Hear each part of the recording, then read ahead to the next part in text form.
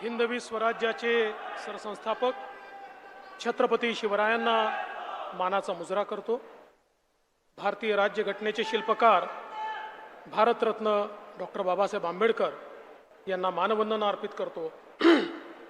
आज मंचावर उपस्थित महाराष्ट्राचे लोकप्रिय मुख्यमंत्री माननीय एकनाथराव शिंदेजी, महाराष्ट्राचे धडाडीचे उपमुख्यमंत्री सन्माननीय अजितदादा पवारजी, ज्येष्ठ नेते आणि माजी मुख्यमंत्री कृषी मंत्री माननीय शरदचंद्र पवार साहेब, मंचावर उपस्थित सन्माननीय नीलमताई गोरे, आमचे सहकारी सन्माननीय दिलीप वळसे पाटीलजी, उदय सामंतजी, ज्यांनी हा मेळावा या ठिकाणी आयोजित केला ते मंगलप्रभात लोढाजी, आमच्या या कार्यक्रमामध्ये मंचावर उपस्थित असलेला खासदार सुप्रियाताई सुळे, दत्ता मामा भरणे, सुनेत्राताई पवार, विजयबापू शिवतरे, श्री पलकुंडवार, श्री सुहास दिवसे, श्री सुनील फुलारी, श्रीमती निधी चौधरी, श्री राजेश देशमुख, श्री माधव कुसेकर, श्री पंकज देशमुख,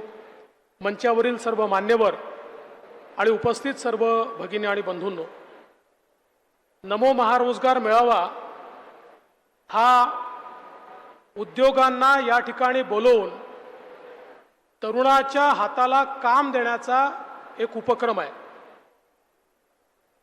पण गेले 2-3 दिवस हा मेळावा घोषित झाल्यापासून माध्यमांना एक उद्योग मिळाला आहे आणि माध्यमांचे प्रतिनिधी कामाला लागले आहेत। त्यामुळे त्यांचे मी आभार मानतो की आमच्या या मेळाव्याला त्यांनी प्रचंड प्रसिद्धी गेल्या 2-3 दिवसात या ठिकाणी मिळवून दिली आणि हा मंच या गोष्टीचा साक्षीदार आहे की एखादं चांगलं काम जर करायचं असेल तर महाराष्ट्रामध्ये ही राजकीय संस्कृती आहे की आम्ही सगळे मिळून चांगली कामं करू शकतो आणि म्हणूनच आज हा महारोजगार मेळावा या ठिकाणी होतोय आणि निश्चितपणे 55,000 पदं अधिसूचित या ठिकाणी करण्यात आली आहेत। याचा अर्थ काय आहे तर एकीकडे मोठ्या प्रमाणात उद्योगांना मानव संसाधनाची आवश्यकता आहे।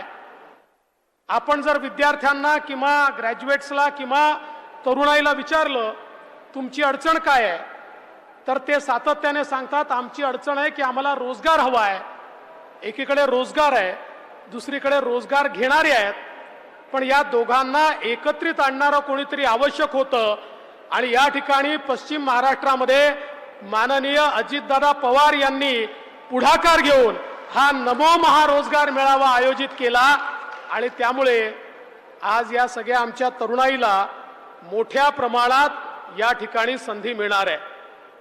खरं म्हणजे आम्ही जे राजकारणात काम करणारे लोक आहोत, आम्ही सगळे कंत्राटी कामगार आहोत।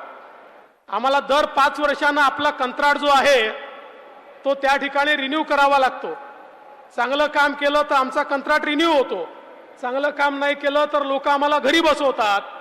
पण या ठिकाणी मात्र जो रोजगार आम्ही त्या ठिकाणी देण्याचा प्रयत्न करतोय, चांगलं काम करत राहिलात तर जन्मभर त्याच्यामध्ये तुमची प्रगतीच होणार आहे, तुम्हाला वरवरच जाता येणार आहे, तुम्हाला मोठंच होता येणार आहे। अशा प्रकारचा हा महारोजगार मेळावा आपण या ठिकाणी आयोजित केला आहे। आणि मला या निमित्ताने सांगायचं आहे की पहिला मेळावा ज्यावेळेस नागपूरला आपण आयोजित केला 11,000 लोकांना रोजगार मिळाला आणि त्याच्यामध्ये जे पॅकेजेस मिळाले 50 लाखापर्यंतचे पॅकेजेस हे त्या ठिकाणी तरुणांना मिळाले। मोठ्या प्रमाणात हाय पेड जॉब्सपासनं तर अगदी जे 12वी पर्यंत शिकले आहेत, 10वी पर्यंत शिकले आहेत अशांनाही मोठ्या प्रमाणात रोजगाराची संधी मिळाली। आणि म्हणूनच महाराष्ट्राचे मुख्यमंत्री एकनाथराव शिंदेजी यांनी हा निर्णय केला की एक चांगला मेळावा जर अशा प्रकारचा घेतला तर त्यातनं तरुणाईला मोठ्या प्रमाणात काम देता येतं आणि संपूर्ण महाराष्ट्रभर असे मेळावे करावे असा निर्णय झाला आणि त्यातला पश्चिम महाराष्ट्राचा मेळावा आज या बारामतीमध्ये होतोय। अजितदादांनी या मेळाव्याकरता खूप मेहनत केली आहे आणि त्यामुळे आज मला विश्वास आहे, म्हणजे पहिल्यांदा असं होत आहे की अधिसूचित केलेली पदं जास्ती आहेत आणि अर्ज कमी आहेत. 36,000 अर्ज आहेत आणि 55,000 पदं आहेत. अर्थात उद्यापर्यंत अजून अर्ज येतील, कारण अर्ज अजूनही आपण घेतो आहोत. आणि मी या निमित्ताने अपेक्षा व्यक्त करतो की सगळ्यांना जे जे आलेले आहेत त्यांना त्यांच्या त्यांच्या अभ्यासाप्रमाणे, त्यांच्या कौशल्याप्रमाणे या ठिकाणी निश्चितपणे रोजगार मिळेल.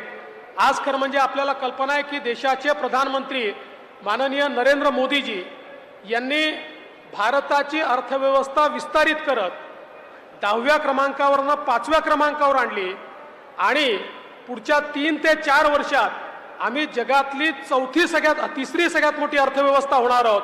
आणि जगातली तिसरी सगळ्यात मोठी अर्थव्यवस्था जर भारताला व्हायचं असेल तर त्याकरता प्रशिक्षित मानव संसाधन हे सगळ्यात महत्त्वाचं आहे. आणि म्हणूनच कौशल्य प्रशिक्षणाचं मोठं काम हे आपल्या सरकारने सुरू केलं आहे.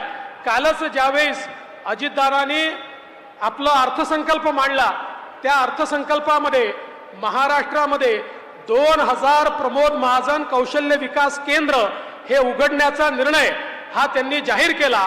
आणि त्या माध्यमातून तरुणाईंना प्रशिक्षणाच्या माध्यमातून रोजगार देण्याचं काम हे आपण निश्चितपणे मोठ्या प्रमाणात करणार आहोत. आणि त्याची सुरुवात या ठिकाणी झाली आहे, याचा मला अतिशय मनापासून आनंद आहे.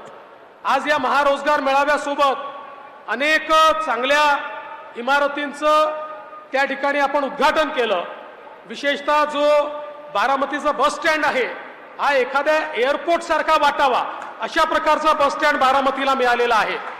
किंवा या ठिकाणी बारामतीमध्ये पोलीस स्टेशन असेल, पोलीस उपमुख्यालय असेल किंवा पोलिसांकरता क्वार्टर्स असतील, हे सरकारी बांधकाम आहे असं वाटतच नाही.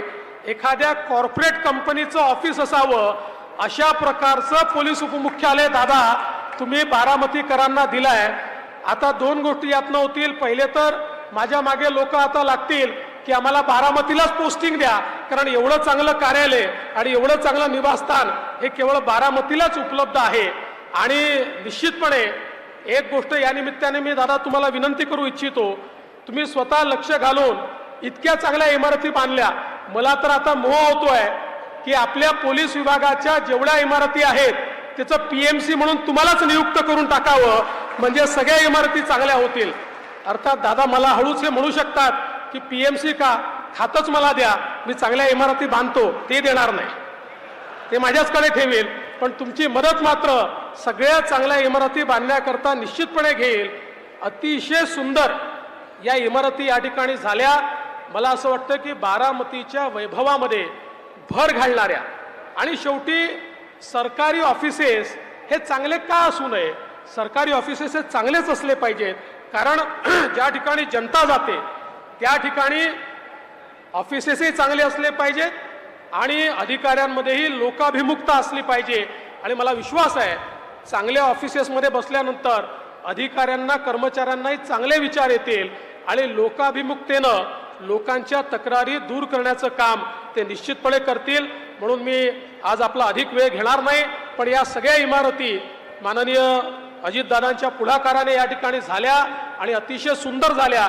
त्याबद्दल त्यांचं अतिशय मनापासून अभिनंदन करतो. आणि या चांगल्या कार्यक्रमाला आपण आम्हाला या ठिकाणी निमंत्रित केलं त्याबद्दल आपले मनापासून आभार मानून मी माझे 2 शब्द संपवतो. जय हिंद, जय महाराष्ट्र. लोकशाही मराठी ऐका, पहा, जागरूक रहा.